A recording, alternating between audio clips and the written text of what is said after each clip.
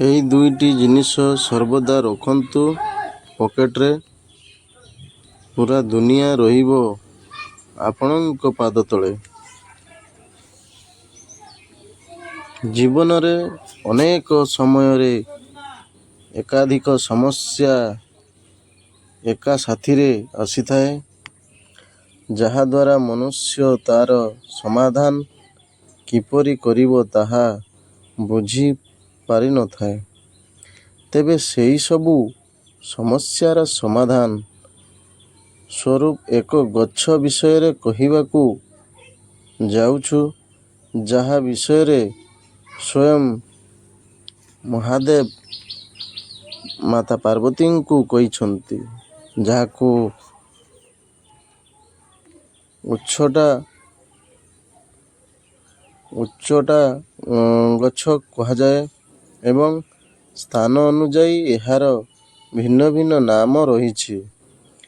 ଏହି ଗଛର ଔଷଧୀୟ ଗୁଣ ସହିତ ଅନେକ ତାନ୍ତ୍ରିକ ଗୁଣ ମଧ୍ୟ ରହିଛି। ବର୍ଷା ଋତୁରେ ଏହି ଗଛ ଅଧିକ ଦେଖାଯାଏ।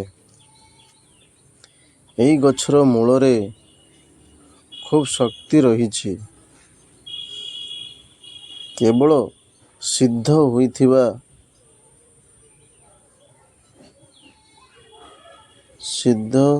ହୋଇଯିବା ପରେ ଏହା ଆପଣଙ୍କ ଅତୀତ, ବର୍ତ୍ତମାନ ଏବଂ ଭବିଷ୍ୟତ କହିପାରେ।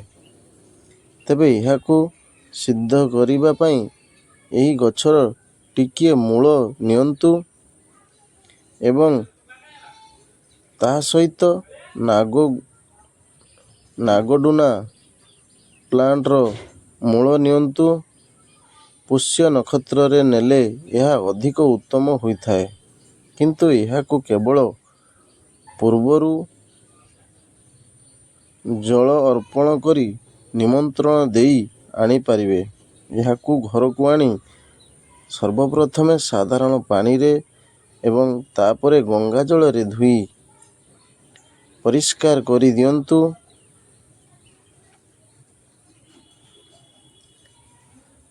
ଏହାପରେ ଦୁଇଟି ଗଛର ମୂଳକୁ ଧୂପ ଦିଅ ଦେଖାନ୍ତୁ। ସିନ୍ଦୂର ନେଇ ସେହି ଦୁଇଟି ଗଛର ମୂଳରେ ବୋଳି ଦିଅନ୍ତୁ ଏବଂ ତାହାକୁ ରୂପାର ତାବିଜରେ ଭରିବା ପରେ କଳା ସୂତା ନେଇ ହାତରେ ଧରି ବେକରେ କିମ୍ବା ଅଣ୍ଟାରେ ବାନ୍ଧି ଦିଅନ୍ତୁ। ଏହାଦ୍ୱାରା ଭଗବାନଙ୍କ ଦର୍ଶନ ହୋଇଥାଏ ବୋଲି କୁହାଯାଏ।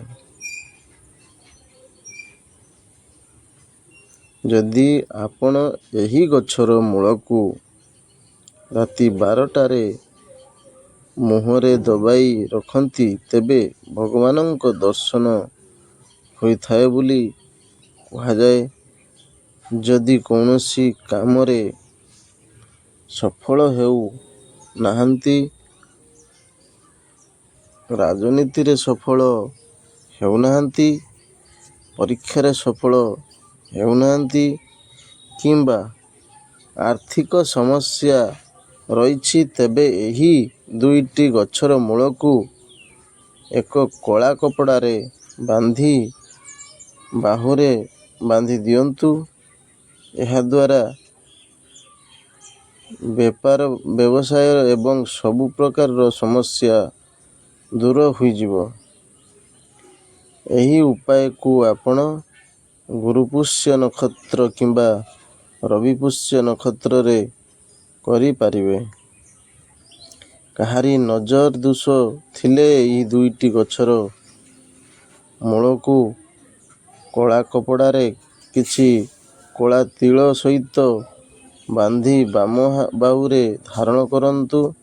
ଏହାଦ୍ୱାରା ନଜର ଦୋଷ ଦୂର ହୋଇଯିବ।